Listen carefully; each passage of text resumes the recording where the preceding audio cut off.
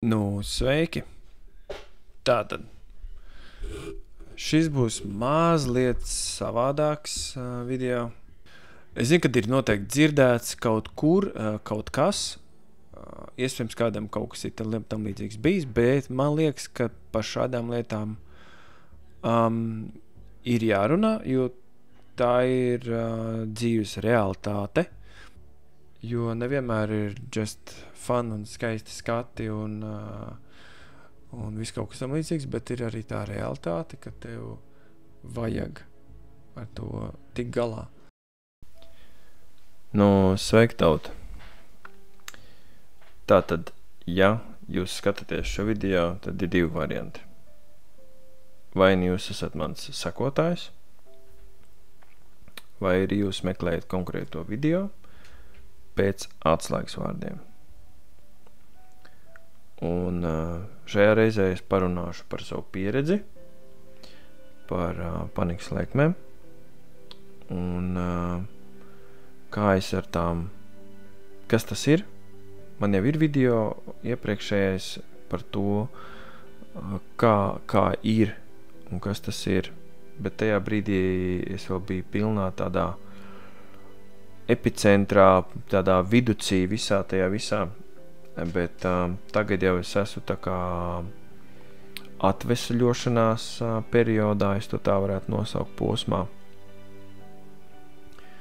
Un es varu pastāstīt par savu pieredzi. Tātad, ja jūs skatāties, tad visticamāk jūs arī piedzīvojat kaut ko līdzīgu, un jūs meklējat atbildes uz jautājumiem, kurus jums nevar sniegt neviens cilvēks īsti, ne dakteri, ne ģimenes ārsti, jo viņi visi noteikti jums lielākā daļa teiks, mēs jums diemžēl nevaram šajā lietā palīdzēt, jums jāmēģina pašam atrast savus ceļus. Veids, kā sev palīdzēt. Jūs vienīgais pats sev varat palīdzēt. Tā jums lielākā daļa teiks. Un tad ir divi varianti. Jums var palīdzēt atbalsts no tuvajiem cilvēkiem, draugiem, radiem, kas jums ir līdzās, kas jums saprot, kas jums palīdz. Bet iespējams jums nav neviena blakām, kas jums var palīdzēt, un tas ir daudzreiz grūtāk. Es arī gluži tā kā visi citi dakteri un ģimenes ārsti un vispārie cilvēki arī tam, kas ir gājuši cauri, teiks, tas nav bīstami dzīvībai. Tas ir nepatīkami, tas ir kaitinoši, tas ir nogurdinoši, bet tas nav bīstami dzīvībai. Tas ir biedējoši, un liekas, ka tajā brīdī kad ir panikas epicentrs, bet tas pati virsotne, tu fiziski jūti to, ka tu nevari pelpot, ka tev rokas kājas tirpst, tev varbūt seja paliek šķība, roka šķība, un nejūtīgas ir kājas, rokas un vēl viss kaut kas, un liekas, ka tu nevari pelpot. Un liekas, ka tu lītu mirsi nost. Tās ir reālās tavas sajūtas, kas tev pārņem. Un to jums varēs apstiprināt pilnīgi jebkurš cilvēks, kas ir piedzīvojis tādas milzīgas panikas lēkmes. Un tajā brīdī tu domā, kāpēc ar mani visa dzīve garām un viss slikti un jums ir milzīga depresija tajā brīdī. Bet viss sākās ar mans stāsts konkrētais īsumā. Bija apmēram pirms gada. Es izšķīros no bijušās sievas jau. Un fiziski un loģiski es saprotu, ka mēs šķiramies, un mēs arī Izšķīrāmies tā pa kluso, nu tā teiksim, bez liekiem trokšņiem, bez skandāliem, bez nekā. Aizgājām katru savu ceļu, sapratām, ka tā vajag un viss. Bet redz, organisms ir tāds interesants mehānisms, kurš atcerās visādas lietas, kaut kādas pieskārienas, kaut kādas darbības, rutīnas, ikdienas, kaut kādas tādas lietas.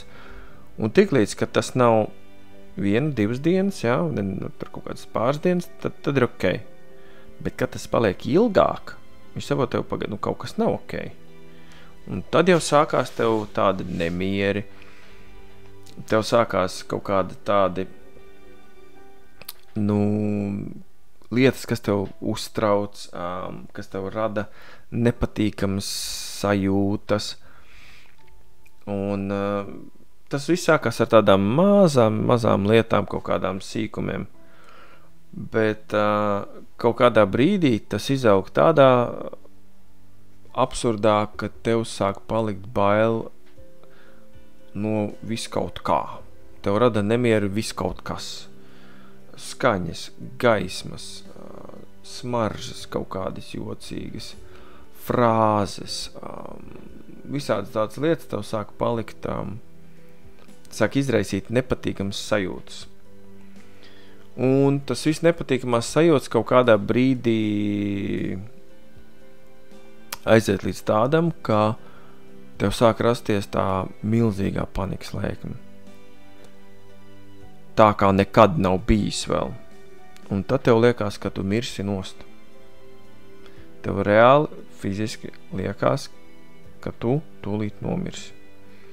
Un viena doma par to, ka tu lītu nomirsi, tev vienkārši vēl vairāk nobiedē un tev vēl sliktāk paliek. Un tu zvani daktariem, vai tu pats mēģini kaut kur doties. Es pats no darba, es braucu ar mašīnu uz slimnīcu un likās, ka viss būs tā kā, nu, bija slikti, es domāju, bet man ir jāpaspēj, savādāk būs viss slikti. Un savādāk es nomiršu, viņi nepaspēs. Un es braucu un jūtu, man liekas, sliktāk un sliktāk un sliktāk un sliktāk un sliktāk, jo saprotu, ka rokas tirps, kājas tirps, nevar parunāt, viss. Un ģīpstu nost, braucot pie stūres, zvanu ātriem un es saku tā un tā. Viņi man saka, nekur nebrauciet, mēs tūlīt būsim. Bet es zinu, ka tas tūlīt nebūs tūlīt, un es varu, ka man ir jātiek. Un visiem pēdējiem spēkiem es braucu uz to slimnīcu. Aizbraucu līdz turienēm, mašīna astāja kaut kur pie ieejas durvīm, kaut kā vienkārši rūcoši, un daktari iznāk ārā, tevi savāc un aizved ar ratiņiem, un tāds nekāds, ne?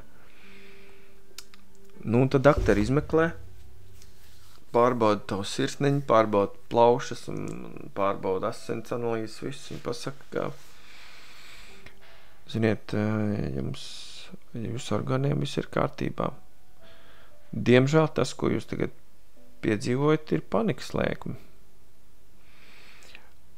Un tas ir visu, teiksim tā, tautas valodā sūdu sākums. Tajā brīdī tev sākas grūtais, briesmīgais ceļojums ar nosaukumu panikas lēkmes. Jo pēc tā brīža tev sāk palikt bail no visa.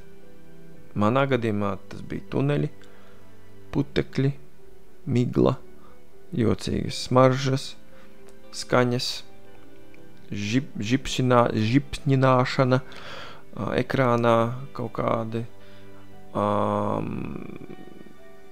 jocīgas sajūtas ķermenim, rokām, kaut kam pieskaroties. Tas viss izraisīja kaut kādas nepatīkamas sajūtas. Un attiecīgi tas izraisīja panikas lēkmes. Un katra nākamā lēkme bija aptuveni tādā pašā amplitūdā. Un tās konkrētās lēkmes bija apmēram kādu stundu vairāk. Un viņas bija dienā apmēram 3-4 noteikti.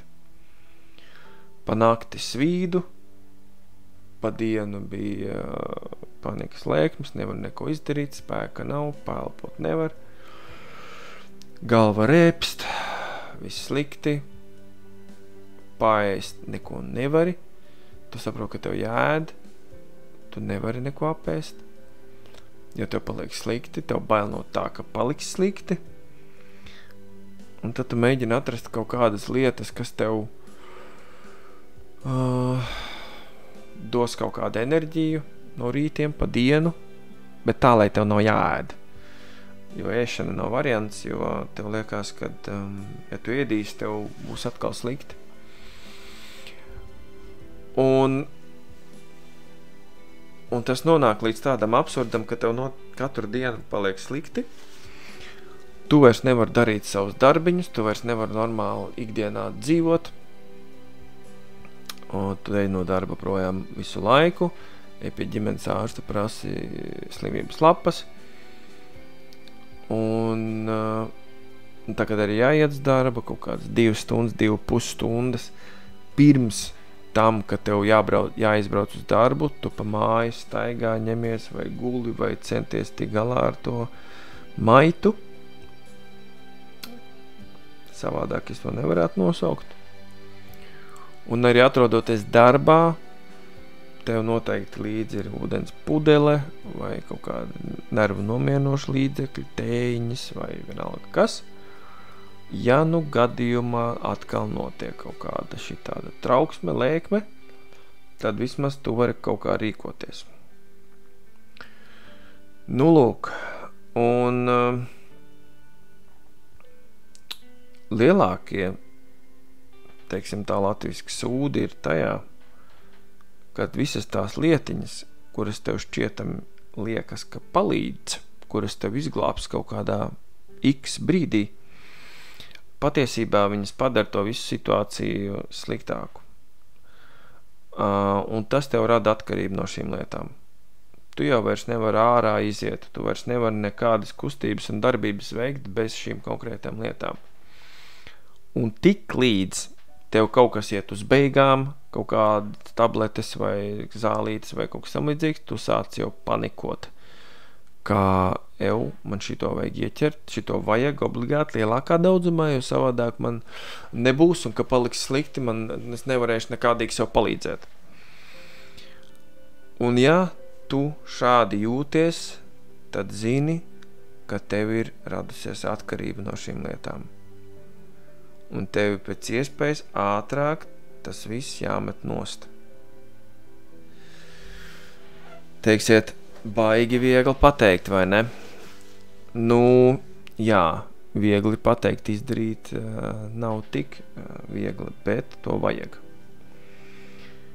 Vajag radināt organismu pie tā, ka tas, kas ar tevi notiek, ir tikai smadzeņu mākslīga radīta ilūzija, simulācija konkrētām dzīvē, realitātē esošām slimībām un kaitēm. Tas, kas ar tevi notiek, ir fiziski jūtams īsts, bet patiesībā tas nav īsts. Tā ir vienkārši smadzeņu radīta mākslīga ilūzija. Un tagad tu to sāksi saprast, ka tā ir ilūzija, tad tu vari sākt savu atvesļošanās ceļu. Bet līdz tam daudz negulēts naktis, googlēts šurpi turpi krustām šķārsām, meklēt informāciju par to, kā ar to tik galā, veiksmīgāk, ātrāk, labāk, kas palīdz, kas nepalīdz. Tas, ko es mēģināju, bija Nervstrongs.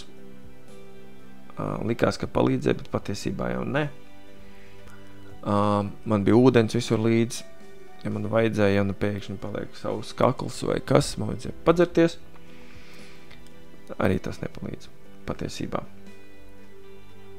Bet tas, kas palīdz, apzināties to, ka tas, kas ar tevi notiek, tas ir mākslīgi radīts. Tas ir viens. Un lietas, kuras izsauc šās panikas lēkmes, viņam ir loģisks izskaidrojums.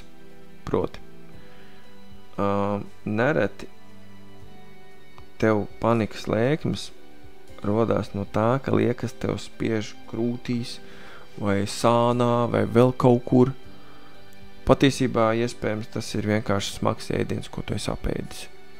Vai gluži pretēji, tu jūties slikti, novārds un nelabi jūties, jo tu vienkārši fiziski neesi paēdis. Jo tad, kad tev notiek panikas lēkmes, tas ir tas, tā it kā tu būtu noskrējis maratonu.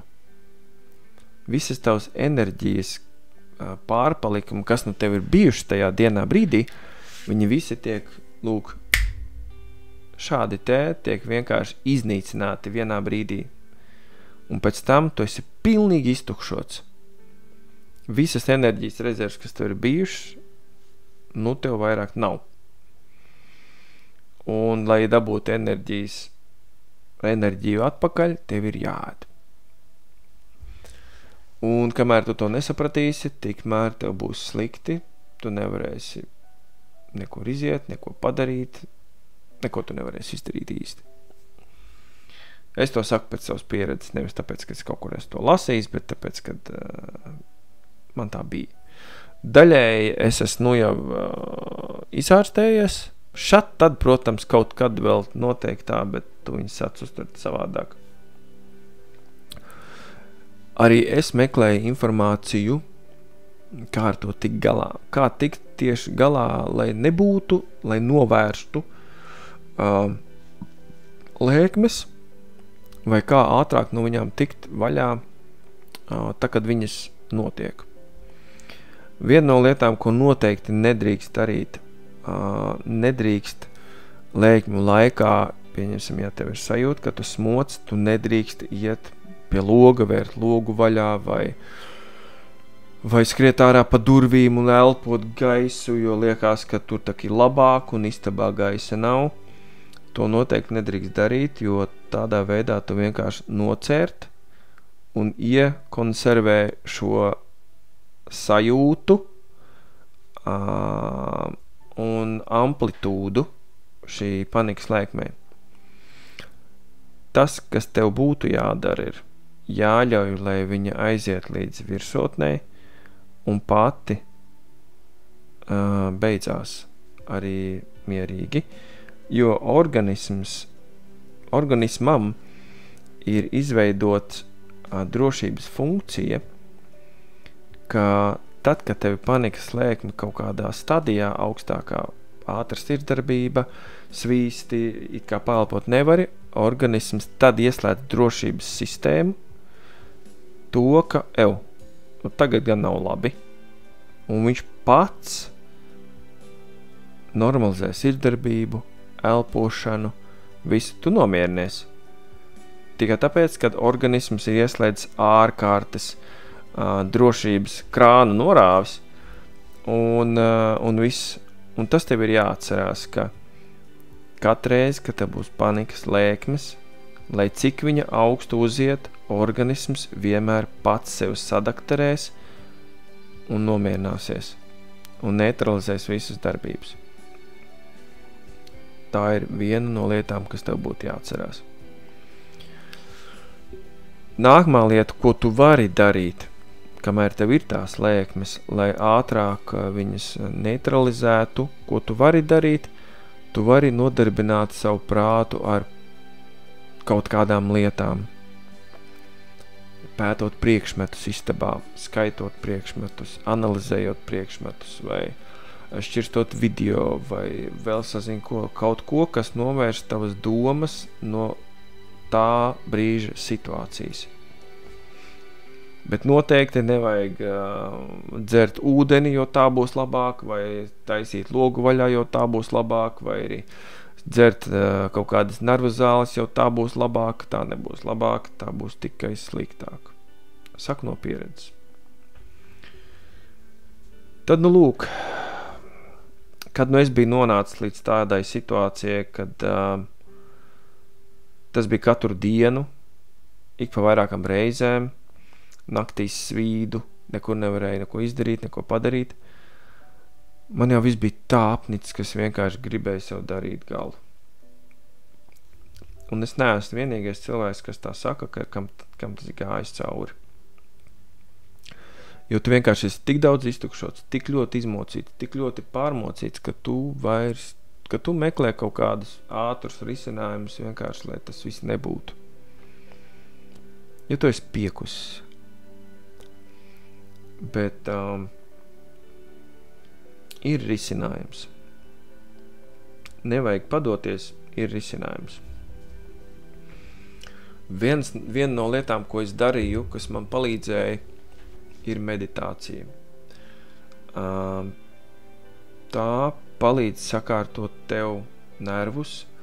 Ko meditācija dara? Viņa tev liek pareizi elpot. Un patiesībā elpošana ir visa tā atslēga tam, kā vari tikt galā ar šīm panikas lēkmēm. Jo kas notiek? Tā, kad tev panikas lēkme, tu sāc ātrāk elpot. Kad tu sāc ātrāk elpot, tev smadzenēm sāk tiek piegādāts aizvien vairāk skābeklis. Kas notiek? Tev sāk reibt galva. Attiecīgi tu domā, ka kaut kas nav labi, un tev sākās stress, un rodās panika. Pieņemsim.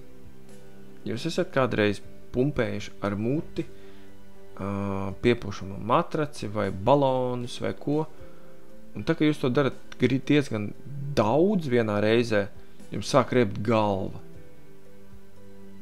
Un galva tikai no tā, ka jūs pārāk daudz elpojat, pūšat svaigu gaisu. Smadzenēm tiek pārāk daudz nogādāt svaiga gaisa. Un tas rada reiboņu kaut kādu savu veidu. Un tas, kas jums būtu jādara, jums būtu mierīgi jāelpo. Ir tas paņēmiens 4-4-4, ja nemaldos, bija 4 sekundes jāelpo, 4 sekundes, ja nemaldos, bija paturi gaisu sevī, un 4 sekundes vai pat ilgāk pūšiet laukā. Un tā vairākas reizes. Tas var palīdzēt jums situācijā, kad jums ir panikas lēkmes. Ielpa lēna, noturiet gaisu un ļoti lēna izelpa. Tas ir it kā arī meditācijas pamat princips, nosacījums elpošana. Protams, elpošana man tā kā bišķi palīdzēja, bet man joprojām bija lietas, kas man izraisīja panikas lēkmes, vārdi, lietas, priekšmetī, skaņas, un tad es meklēju vēl tālāk informāciju, kas man var palīdzēt, un viena no lietām bija meditācijas paveids, kur tu veselu stundu izsaki vienu frāzi vai sajūtu, kas tev izraisa šīs panikas lēkmes. Un tad veselu stundu neviena netraucēts ar aizvērtām acīm, kas ir nosacījums, vēlams, lai nav apkārt trokšņi, nekādi, tu saki veselu stundu, konkrētu stundu, 60 minūtes, ne vairāk, ne mazāk, 60 konkrētas minūtes, tu saki vienu konkrētu šo vārdu vai sajūtu, kas tev izraisa panikas lēkmes.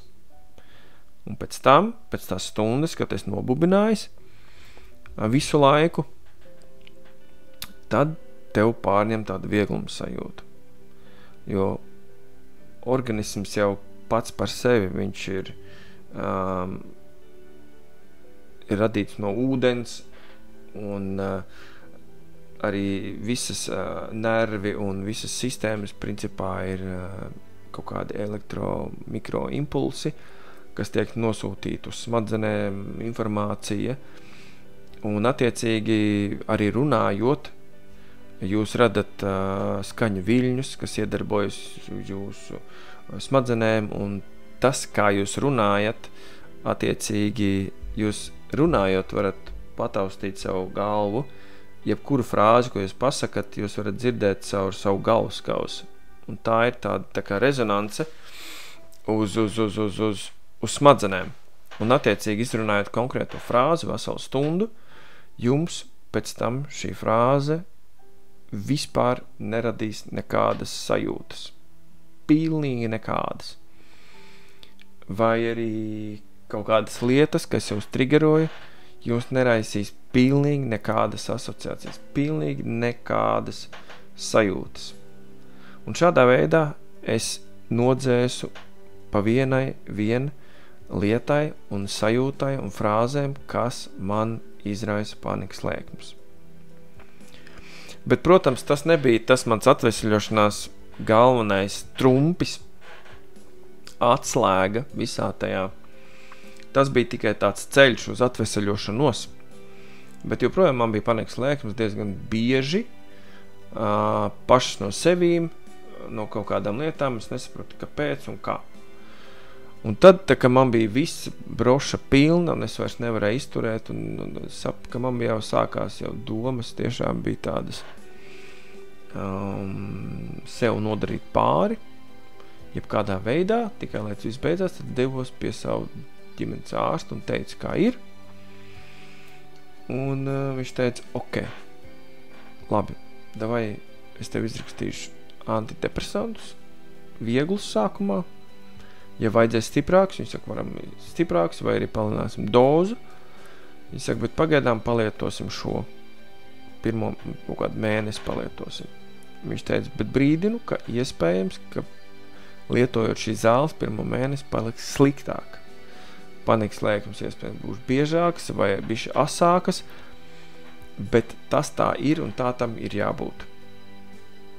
Es tam visam piekritu, man vairs nebija ko zaudēt, un es sāku dzert antidepresants pa vienai tabletē, katru rītu, mēnesi dzēru. Pirmā nedēļa bija nekas nemainījās, otrā nedēļa liekas, ka bija pat vēl sliktāk, un es vēl devos pie ārsta pārprasīju, vai tiešām tur viss ir pareizi, vai tā viņi saka, jā, tā ir, tā jābūt.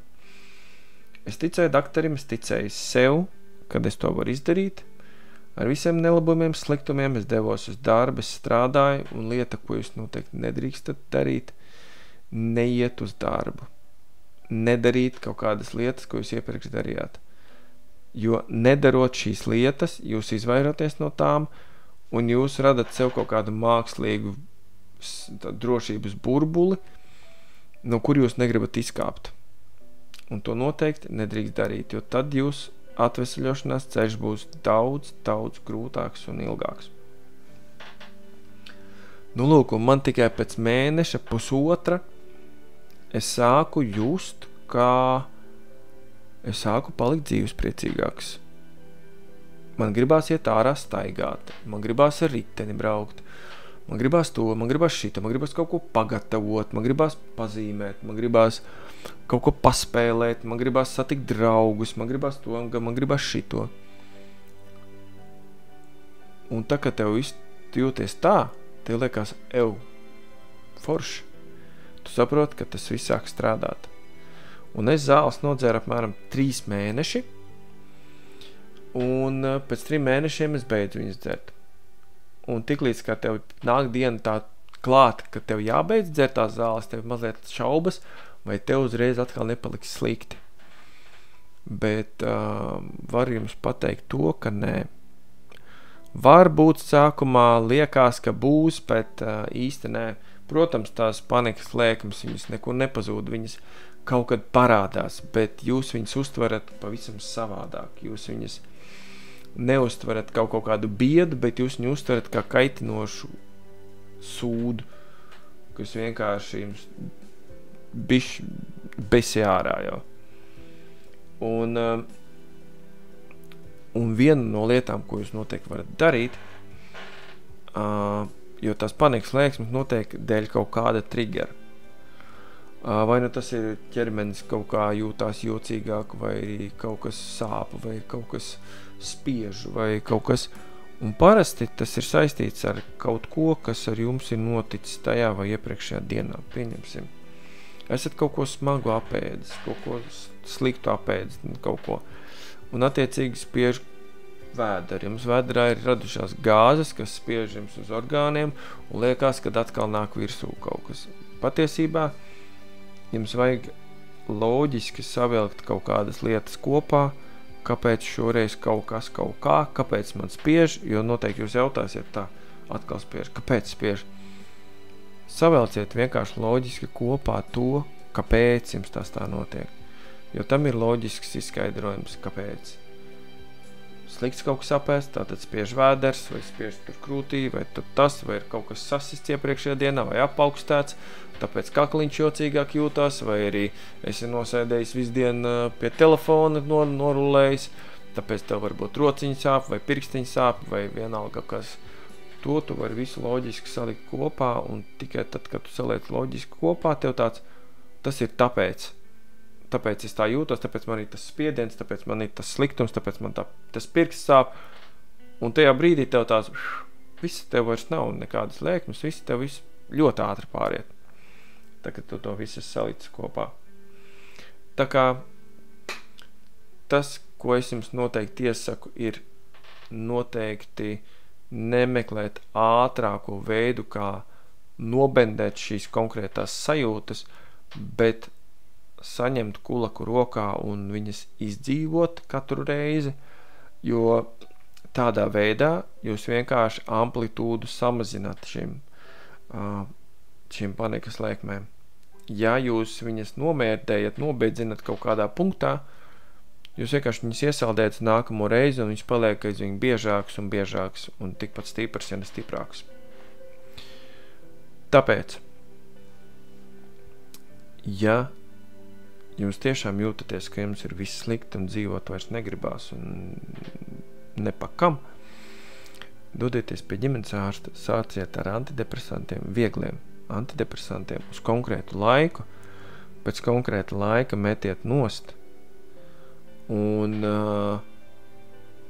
neiet apakaļ pie antidepresantiem.